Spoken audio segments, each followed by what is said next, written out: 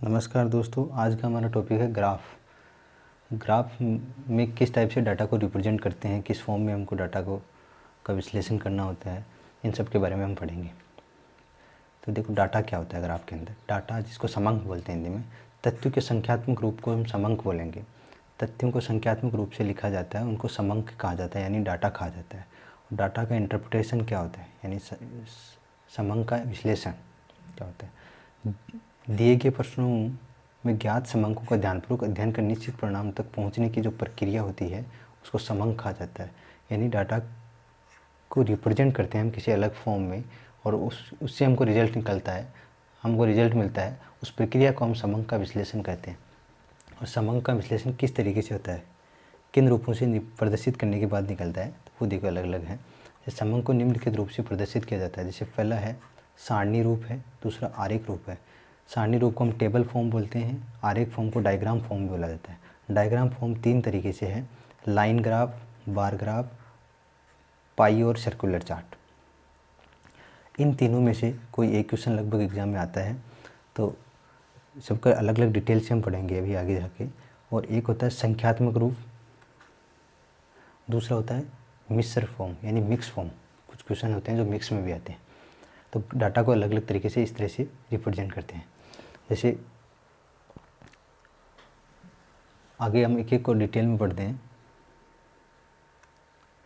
पहला है सारणी रूप। सारणी रूप क्या होता है? निम्न सारणी में एक शहर की विभिन्न आयु वर्ग की कुल जनसंख्या दे रखी है, जिसको प्रदर्शित किया गया है। इसका अध्ययन करके हमको उत्तर देना है।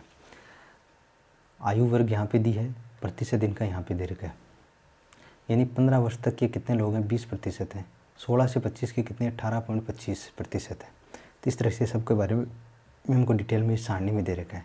अब हमारे पास जो क्वेश्चन है वो किस तरीके का आएगा, सारणी रूप के क्वेश्चन का क्या क्वेश्चन कैसे आएगा। जैसे यहाँ पे दे रखा है कि यदि 22 मिलियन लोग 36 वर्ष से कम आयु के हैं, तो 56 से 65 आयु वर्ग के लोग कितने हैं, मिलियन है, ये बताना है।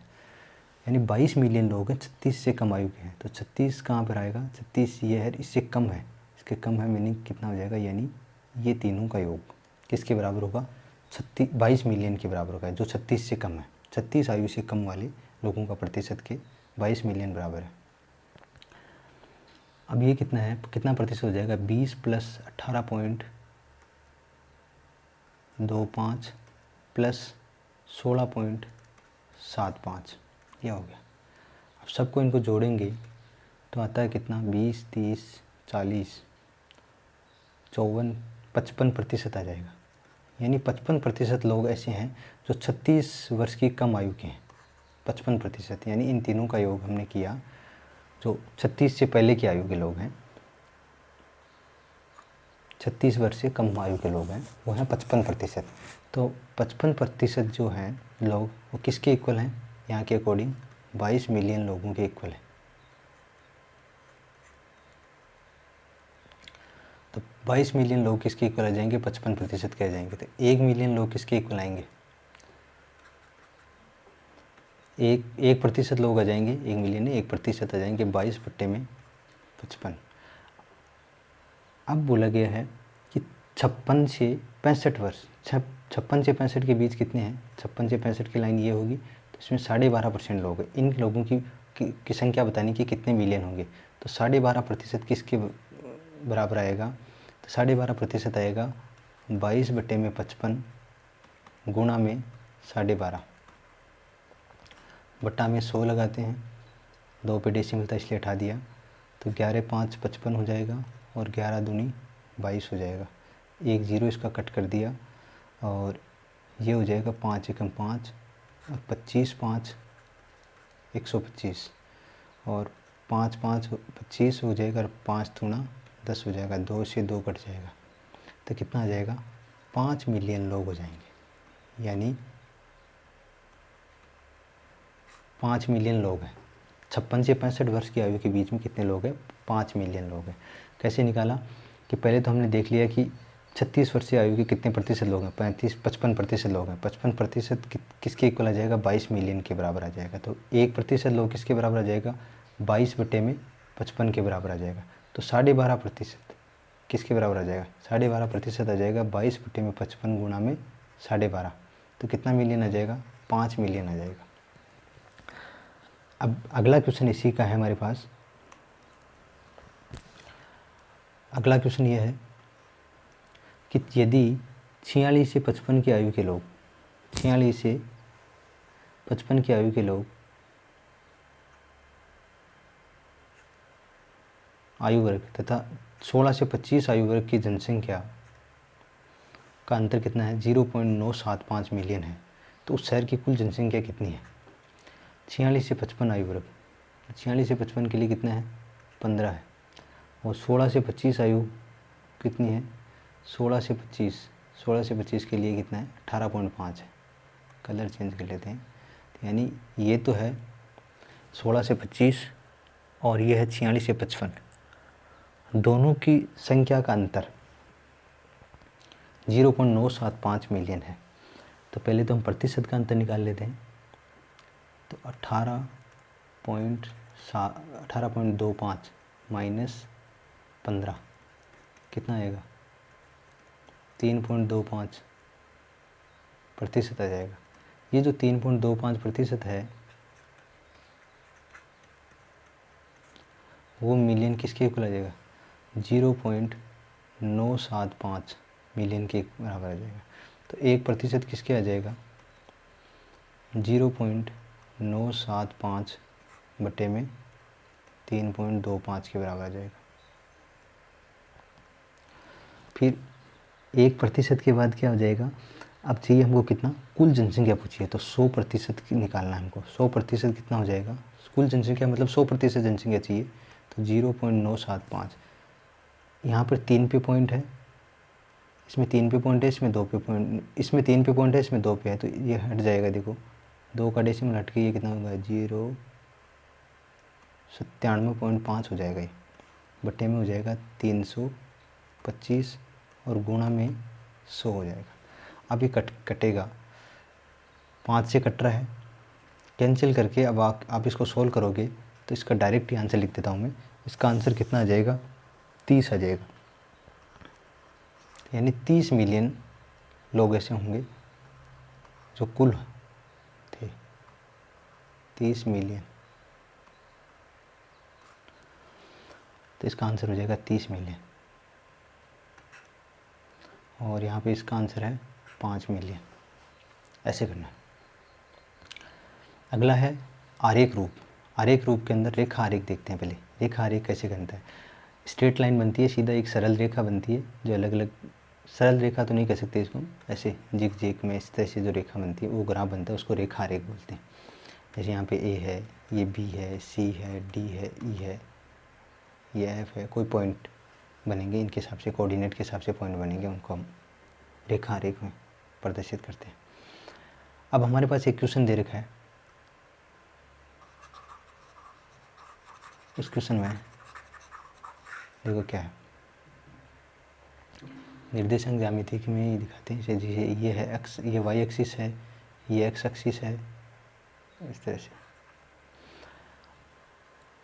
अब इसमें यहाँ पर ये 96 से लेकर के 96, 97, 98, 99, 2000, 2001, 2002 ये वर्ष दे रखे हैं, और इधर 50, 60, 70, 80, 90, 100 इस तरह से दे रखे हैं, विद्यार्थियों की संख्या दे रखी है।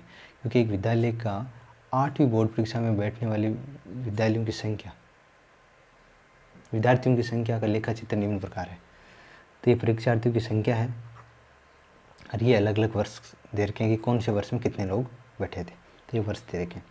अब हमसे क्वेश्चन पूछा गया कि 1998 में कितने परीक्षार्थी परीक्षा में बैठे थे, तो 1998 की लाइन कौन सी है, 1998 की लाइन ये होगी, और ये कहाँ आ रही है, और ये बी पॉइंट पर है। तो बी पॉइंट किसको रिप्रेजेंट कर रहा है, 1998 में जितने परीक्षार्थी बैठे थे उनको बता रही है।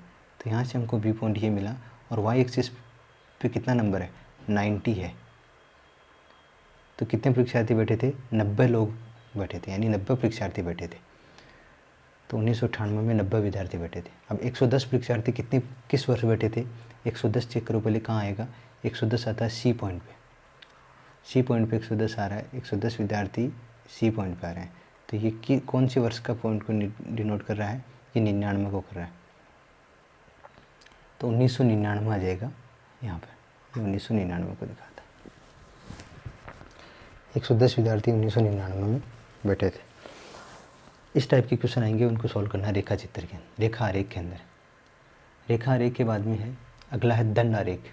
दंड आरेख में क्या होता है, जिसको बार ग्राफ बोलते हैं, सिंपल बार ग्राफ होता है एक, जिसको सरल दंड आरेख बोलते हैं, कुछ एक अलग टाइप से और होता है, जिसको आगे हम अलग अलग क्वेश्चन करेंगे। नीचे दिए गए दंड आरेख में एक क्वेश्चन कर लेते हैं। इसमें 2007 में विभिन्न मदों पर किया गया खर्च दिखाया गया है, यानी देख कर निम्न प्रश्नों के उत्तर दीजिए। अब इसमें अलग अलग देर का है, यहाँ पर अलग अलग देर का है कि ये वेतन का है, ये ग्राफ, ये वाहन का है, ये किराया है, मशीन है, ब्याज है, अन्य है, और ये करोड़ों में देर का है कि कितना खर्चा हुआ था। तो सबसे कम खर्च किस मद पर और कितना हुआ? सबसे कम खर्च किस पे हुआ? सबसे कम खर्च यहाँ पर ब्याज पे हुआ है। और कितना हुआ है ब्याज पे? ये ब्याज पे हुआ है। और करोड़ों में है, 2 हुआ है, तो 2 करोड़ों में है तो 2 करोड़ ब्याज पे हुआ है, तो इसका उत्तर हो जाएगा 2 करोड़। और मद का नाम क्या हो जाएगा? ब्याज हो जाएगा। दूसरा ये कि वेतन पर मशीन से कितना खर्च हुआ है? वेतन पर मशीन से कितना खर्च अधिक हुआ है? अधिक पूछा गया, आपकी बार अधिक पूछा गया, तो पहले वेतन पर चेक करो। तो वेतन पर हमारे पास में खर्चा आता है, वेतन ये है, तो वेतन में यहाँ पे है 11 करोड़ वेतन पे हुआ है। मशीन पे कितना हुआ है? तो मशीन ये है, तो मशीन पे हो रहा है 10, तो 11 माइनस 10 कितना हो जाएगा? 1 करोड़ रुपया अधिक खर्च हुआ है। 1 करोड़ रुपये अधिक खर्च हो रहा है वेतन पर, मशीन से 1 करोड़ अधिक खर्च हुआ है। इस तरह से क्वेश्चन आएंगे। यह है सरल दंड आरेख। क्योंकि सरल दंड आरेख में व्यक्तिगत मूल्यों की समयावधि के बारे में बोला जाता है, जैसे व्यक्तिगत मूल्यों की समयावधि आदि का प्रयोग कर किए जाते हैं, ऐसे आरेख बनाए जाते हैं। व्यक्तिगत मूल्य हैं जिसमें वेतन, वाहन, किराए, इन सब के बारे में दे रखा है। अब देखो अगला है बहुगुणी दंड आरेख। ये आरेख के बारे में ही है, दंड आरेख का ही है, जिसको हम बार ग्राफ बोलते हैं। दंड आरेख को इंग्लिश में बोलते हैं बार ग्राफ। ये मल्टीपल बार ग्राफ से बनता है, वो सिंगल बार ग्राफ था। मल्टीपल बार ग्राफ में हमको दे रखा है कि बीए को ये डिनोट करता है, बीएससी को ये कर रहा है, बीकॉम को ये ब्लैंक नहीं है, इसमें कुछ लाइनें हैं। तो ये है, ये बीए के लिए है, और जो ये बीच वाला है ये है बीएससी के लिए, और ये जो थर्ड वाला होगा वो होगा बीकॉम के लिए। ये क्वेश्चन इसमें किस प्रकार का है? सभी कॉलेजों में मिलाकर बीएससी में पढ़ने वाले छात्रों की कुल संख्या क्या है, कितनी है? बीएससी में पढ़ने वाले, तो बीएससी में कौन सा ग्राफ को रिप्रेजेंट करें? बीच वाले को करें। तो बीच वाले यहाँ पे क्या है? ए पे बीएससी में पढ़ने वाले छात्र हो जाएंगे। देखो यहाँ से है 350, 350 है, तो 350 प्लस उसके बाद अगले साल में कितने हैं, यानी बी कॉलेज में कितने हैं? बी कॉलेज में है 325, क्योंकि यहाँ पे ये बीच में आ रहा है, तो 300 और 50 के बीच में 325 हो जाएंगे। तो 325 बी कॉलेज में बीएससी में पढ़ने वाले छात्र हैं। और सी कॉलेज में पढ़ने वाले कितने हैं? सी कॉलेज ये है, तो ये लाइन 300 को रिप्रेजेंट कर रही है, तो ये 300 छात्र हैं वो सी कॉलेज में है। और डी कॉलेज में कितने छात्र हो जाएंगे? यार 350 और 400 के बीच में है, तो 375 हो जाएंगे। तो इसमें कि ये कितना बन जाएगा? प्लस 375 प्लस कितना हो जाएगा? ई कॉलेज में कितना आ जाएगा? ई कॉलेज में आता है बीच वाले में देखा जाए ग्राफ, तो ये बीच वाला ग्राफ यहाँ आ रहा है, तो 400 और 450 के बीच में आ रहा है, तो 425 हो जाएगा। तो ये आएगा 425। अब सबको जोड़ देंगे, सबको जोड़ेंगे तो ये हो रहा है 425 और 375 को जोड़ते हैं तो ये हो जाएगा 800। 800 और 300 1100 हो जाएगा, और 1100 और 300 यानी 1100 और 300, 11 और 3 1425, 1425 में 50 जोड़ेंगे तो 1475, 1475 में 300 जोड़ेंगे तो 1775 हो जाएगा टोटल, 1775 ये आंसर होगा। तो इसमें आंसर क्या हो जाएगा? 1775। इस तरह से ग्राफ को रीड करके आपको आंसर देने होते हैं, और ये अलग अलग टाइप के ग्राफ होते हैं। अगला जो ग्राफ है वो दंडारेख का ही है, ठीक है। अंतर विभक्त या संघटक दंडारेख बोलते हैं इसको। संघटक दंडारेख में क्या होता है, यानी बार ग्राफ में क्या होता है? ये बार ग्राफ का ही पार्ट है। वैसे बार ग्राफ अलग अलग तरीके के आ सकते हैं। बार ग्राफ अब इसमें यहीं पर दे दिया सब कुछ कि फर्स्ट श्रेणी किसको आई थी, द्वितीय किसको आई थी, तृतीय किसको आई और फेल कितने हुए थे।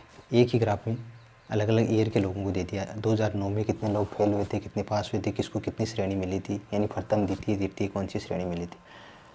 तो इसका क्वेश्चन ये बनता है कि 2009 में प्रथम श्रेणी में उत्तीर्ण हुए छात्रों की प्रतिशतता कितनी थी। तो 2009 में उत्तीर्ण वाले किसने देखे, जो ब्लैक में है वो प्रथम श्रेणी वाले। प्रथम श्रेणी से उत्तीर्ण की बात बोली तो प्रथम श्रेणी वाले ब्लैक में है। तो ब्लैक में कितने हैं, 200 लोग हैं, ये 200 को रिप्रेजेंट कर रहा है। तो 200 लोग हैं, तो 200 तो प्रथम श्रेणी से उत्तीर्ण हुए थे। तो प्रतिशत कैसे निकालते हैं, जितने लोग जिस श्रेणी से पास हुए उतने बट्टा में कितने आ गए टोटल। तो कुल कितने लोग थे 2009 में, कुल यहाँ पर थे 1800। तो 1800 बट्टा में कितना आ जाएगा, 1800 आ जाएगा।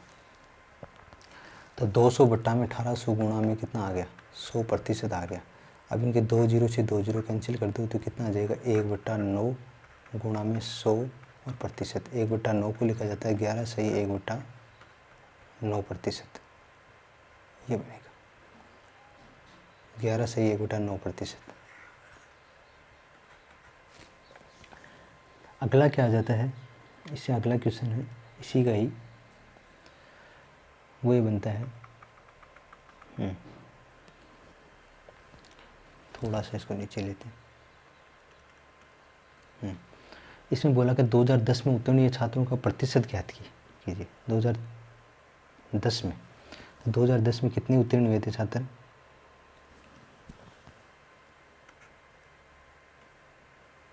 देखो 2010 में हुए यहाँ तक प्रथम श्रेणी, ये प्रथम है, ये द्वितीय है और ये तृतीय, यहाँ तक के छात्र उत्तीर्ण हो गए थे। तो ये लाइन किसको रिप्रेजेंट कर रही है, 1600 को कर रही है। तो 1600 लोग थे वो हो गए उत्तीर्ण, क्योंकि इससे कोई सी भी श्रेणी हो लेकिन उत्तीर्ण हुए थे। तो ये 1600 तो हो गए उत्तीर्ण। और टोटल कितने लोग हैं 2010 में, टोटल यहाँ तक थे, कुछ फेल भी हुए थे, तो जिसमें 2000 टोटल है। 1600 बट्टे में 2000 गुणा 100 और ये प्रतिशत का साइन है। 2 जीरो से 2 जीरो कैंसिल हो गए और 1 जीरो से 1 जीरो कैंसिल हो गए। 16 बट्टे 2 कितना 8 गुणा में 10, यानी 80% लोग ऐसे थे जो उत्तीर्ण हो गए थे, 20% ही फेल हुए थे। तो ये आता है ग्राफ, संघटक ग्राफ जिसको बोलते हैं, जबकि ये ग्राफ का ही पार्ट है, बार ग्राफ का पार्ट है ये, ग्राफ में ही बार ग्राफ का। अब आगे कहता है वृत्तीय ग्राफ। वृत्तीय ग्राफ से रिलेटेड भी क्वेश्चंस कई बार आता है, लेकिन इसमें क्या होता है, कोण पे दिया होता है कि सामाजिक विज्ञान में कितने 60 डिग्री है, हिंदी में कितना है 60 डिग्री है, और इसमें सभी कोणों का योग होता है वो 360 डिग्री होता है। और इसको प्रतिशत में लेते हो तो आप 100% के बराबर आपको लेना होता है। तो इसमें पूछा गया कि सबसे अधिक प्राप्तांक किस विषय में है, सबसे अधिक प्राप्तांक, तो सबसे ज़्यादा डिग्री है उसी के सबसे अधिक प्राप्तांक है। तो 70 डिग्री सबसे ज़्यादा है, तो इसका मतलब विज्ञान में सबसे ज़्यादा प्राप्तांक है। तो यहाँ पर क्या कर दो, विज्ञान में सबसे ज़्यादा प्राप्तांक आएंगे। सबसे कम प्राप्तांक किस विषय में, कम, सबसे कम बोला गया तो सबसे कम किस विषय में प्राप्तांक है, संस्कृत में। तो सबसे कम संस्कृत में है, तो संस्कृत में प्राप्तांक आ जाएंगे। ये इस तरह से। अगर आपको ये पूछा जाता कितने प्रतिशत विज्ञान में कितने प्रतिशत है, तो प्रतिशत में पूछा जाता तो 70 डिग्री बट्टे में कितना हो जाता है 360 डिग्री।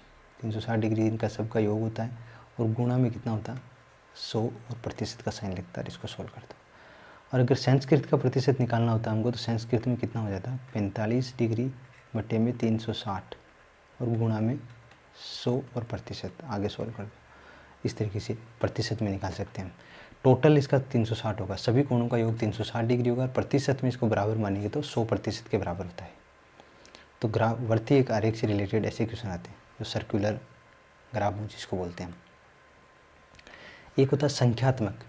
तो संख्यात्मक में क्या होता है, संख्यात्मक में एक डिटेल में क्वेश्चन दे रखा होता है, जिसमें वर्ड प्रॉब्लम जिसको बोलते हैं, और उसको सोल्व करके हमको आंसर निकालना होता है। जैसे यहाँ पे एक क्वेश्चन दे रखा है जिसमें देखा कि जहाज़ में लोग बैठे हैं, कुछ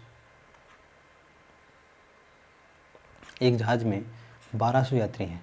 यात्रियों की कुल संख्या में से 18% ब्रिटेन से, तो टोटल कितने हैं 1200 है। 1200 का 18% ब्रिटेन से है। B10 के पहले अलग से निकाल देंगे तो B10 से,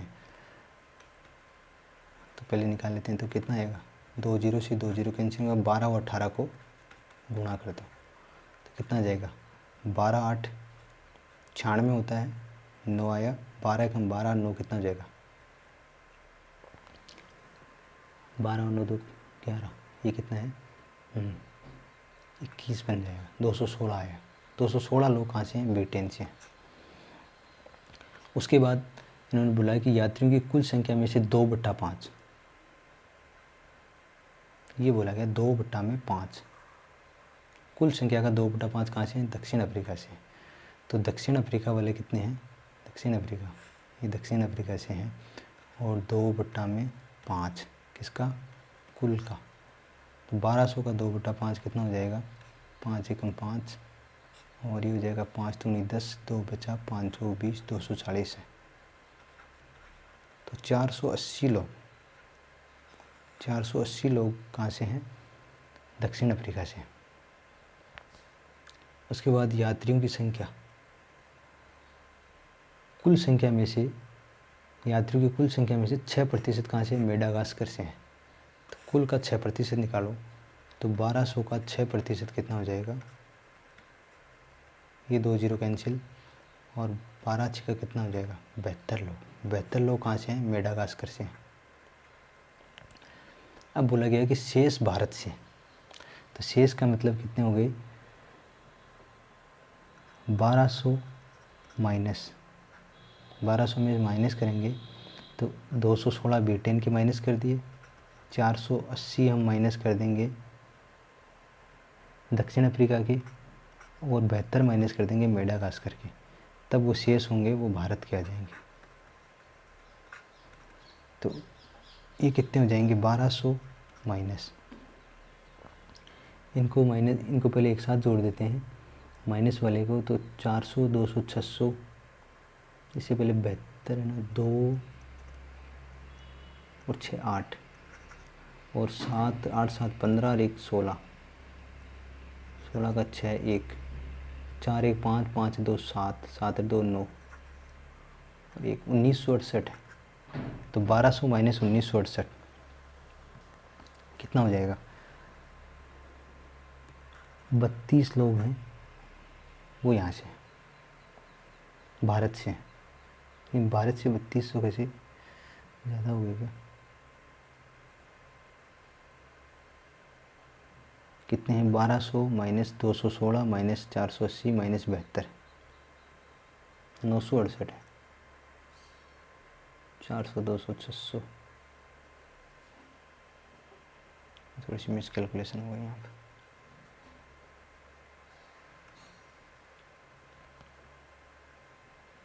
इसको कट कर देते हैं।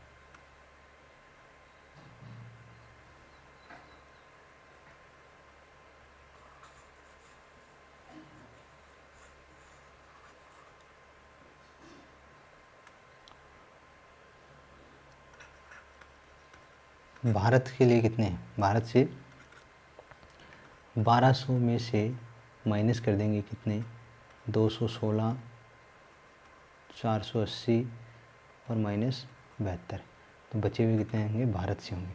तो 216 ये कितने हो जाएंगे, 1200 माइनस 6 2 8 हो गया, माइनस वालों को एक साथ ऐड कर दो, 8 7 15 और 1 16 हो गया, और 4 2 6 6 और 1 7 होगा, 768 लोग थे बचे हुए भारत से हैं। तो 1200 माइनस 768 कितना हो जाएगा, 432 लोग हैं वो कहाँ से हैं, भारत से हैं, 432 भारत से हैं। अब हमसे पूछा गया है कि B10 की यात्रियों में से 25% महिलाएं हैं। अब B10 में टोटल कितने थे, 216 थे, तो 216 का 25% कितने हैं, महिलाएं हैं, और जबकि हैं कितने, 216, तो 54 लोग हो जाएंगे 25%। तो ये B10 में महिलाएं आ गए 54%। फिर पूछा गया हमसे कि दक्षिण अफ्रीका के यात्रियों की संख्या में से आधे पुरुष हैं। आधे पुरुष हैं तो महिलाएं महिलाएं कितनी हो जाएंगी, यानी आधे महिलाएं हैं तो इनका हो जाएगा 240 लोग पुरुष हैं, 240 महिलाएं हैं। अब बोला गया है भारतीय यात्रियों में से 2/3 महिलाएं हैं। तो क्वेश्चन पे आते हैं हम, क्या बोला गया क्वेश्चन में कि मेडागास्कर के यात्रियों की संख्या दक्षिण अफ्रीका में महिला यात्रियों की संख्या और भारत के यात्रियों की कुल संख्या के बीच अनुपात क्या है। तो पहले मेडागास्कर की इस यात्रियों की संख्या देखते हैं जो कितनी है, 72 है। मेडागास्कर से 72 लोग थे। अनुपात आ जाएगा दक्षिण अफ्रीका की महिला, दक्षिण अफ्रीका की महिलाओं की बात हो रही है तो महिला दक्षिण अफ्रीका से आधी है, आधे पुरुष थे तो आधी महिला होगी, तो 240 महिला हो गई। अब भारत के कुल यात्री पूछेंगे तो भारत के कुल यात्री कितने हैं, 432 हैं। अब इस अनुपात को हम सोल्व करेंगे तो हमारा आंसर आ जाएगा। तो सबसे पहले ये किससे सोल्व हो रहा है, 4 से कट रहा है। 18 चौक 72 है, 6 चौक 24 यानी 60 आ जाएगा, और ये भी 4 से कट रहा है, 4 एकम 4 और 8 चौक 32, 108 आ रहा है।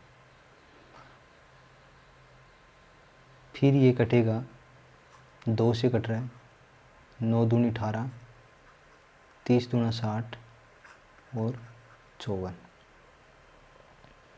3 से कट रहा है, ये 10 आ जाएगा और ये 3 आ जाएगा, और ये हो जाएगा 3 एकम 3, 18 दूनी 36, 18 30 54। तो 3:10:18 आएगा। तो इसका आंसर कितना हो जाएगा, 2 हो जाएगा।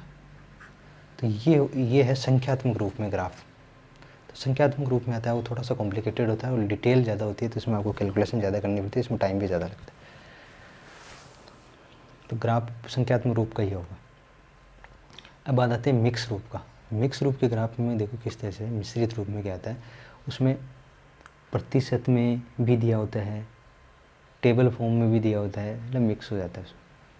तो यहाँ पे दिया है कि एक पाई चार्ट दे रखा है और एक सारणी दे रखी है, दोनों को ध्यान से पढ़ना और उनको आंसर देना है। तो संख्या के विभिन्न विभागों के कार्यरत कर्मचारियों की के प्रतिशत का ब्यौरा और उनमें पुरुषों की संख्या बतानी है हमको। कुल कर्मचारियों की संख्या यहाँ पर कितनी है, 800 है।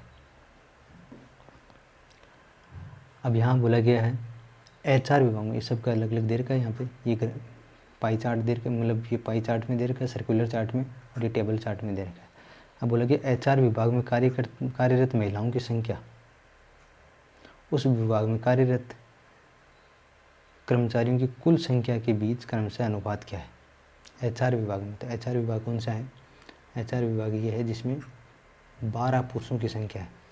अब इन्होंने बोला महिलाओं की संख्या निकालनी, तो टोटल कितने लोग हैं HR विभाग में, 5% है। तो 5%, 800 का 5% निकालना होगा पहले। 5/100 गुणा में 800, तो यहाँ पे 2 0 से 2 0 कैंसिल हो गए, 8 5 40 लोग हैं, वो है HR विभाग में, जिनमें से 12 पुरुष हैं। तो महिलाएं कितने हो जाएंगे, 28 हो जाएंगे। 28 यहाँ पर महिलाएं हैं, 28 महिला हो गई। और ये पूछा गया कि उस विभाग में कार्यरत कुल कर्मचारियों की संख्या, तो कुल कर्मचारी कितने हैं, 40 हैं। तो 28:40 कितना हो जाएगा, 7 चौक 28 और 10 चौक 40, 7:10 बन जाएगा, जो कि आंसर होगा 1।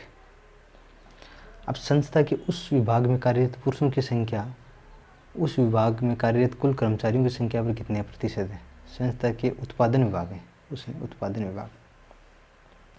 उत्पादन विभाग में कितने लोग हैं, 245 पुरुष हैं, और उत्पादन का प्रतिशत कितना है, 35 है। तो पहले 800 का 35% निकालते हैं। 800 का 35%, ये 2 0 कैंसिल हो गए, और 35 गुणा 8 कितना हो जाएगा, 8 5 40, 8 3 24 और 4 कितना हो जाएगा, 28 हो गया। 280 उत्पादन विभाग में, 280 में से 245 पुरुष हैं। तो कार्यरत पुरुषों की संख्या उस विभाग कार्यरत कर्मचारियों की संख्या का प्रतिशत, तो 245:280 लेना है, क्योंकि पुरुषों की संख्या और उस उत्पादन विभाग के कुल कर्मचारियों की संख्या का अनुपात बताना है हमको। ये 5 से कट जाएगा, 5 चौक 20 और 9 5 45, ये हो जाएगा 5 5 25 और 6 5 30, तो 49:56 आ रहा है। कितने प्रतिशत है? अच्छा ये पूछा गया है, अनुपात ही नहीं प्रतिशत को पूछा गया है, तो प्रतिशत में आ जाएगा, वही प्रतिशत निकाल लेते हैं इसका, 49/56 गुणा में 100। जब इसको सोल्व करेंगे तो ये डेसिमल में आएगा इसका आंसर।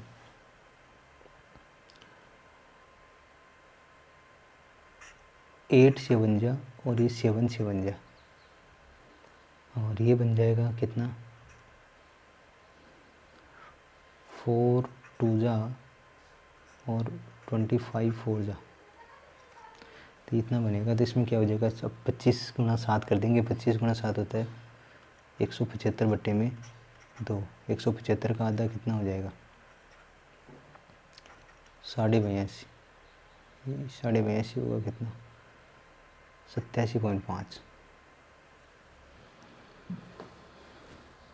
87.5 इसका आंसर आ जाएगा, ये होगा। अब एक क्वेश्चन और दे